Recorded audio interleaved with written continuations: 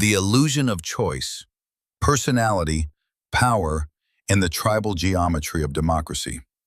Prologue, when patterns replace opinions.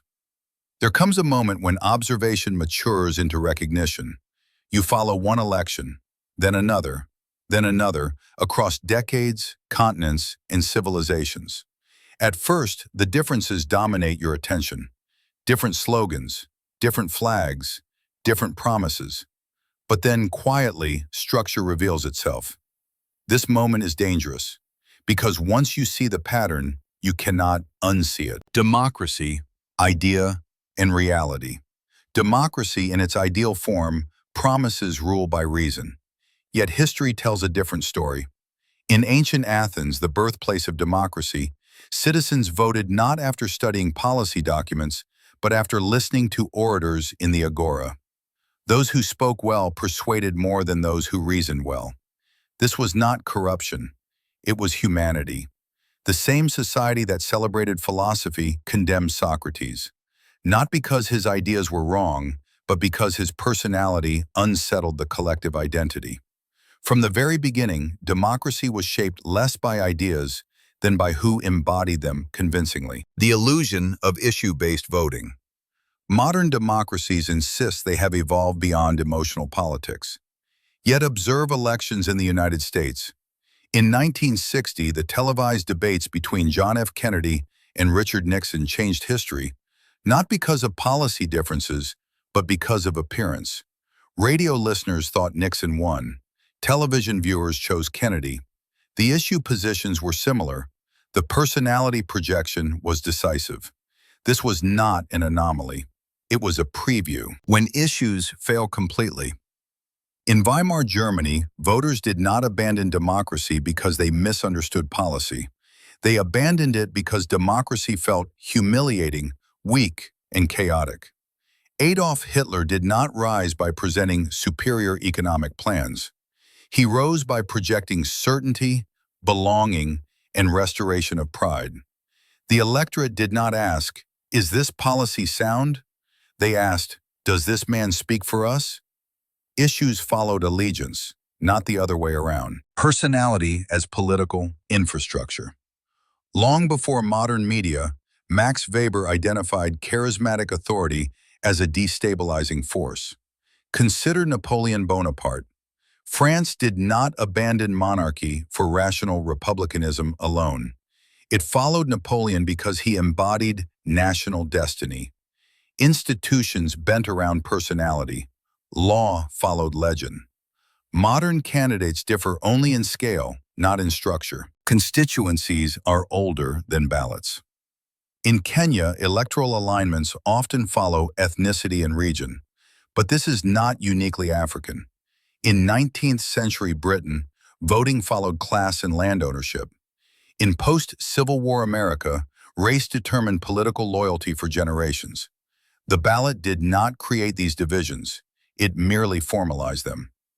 Elections reveal society's fractures the way earthquakes reveal fault lines. Tribalism without tribes.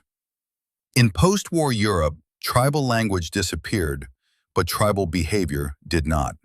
The Brexit referendum in the United Kingdom was framed as an economic decision. In reality, it was a vote about identity, memory, sovereignty, cultural displacement. Facts circulated endlessly. Feelings decided swiftly.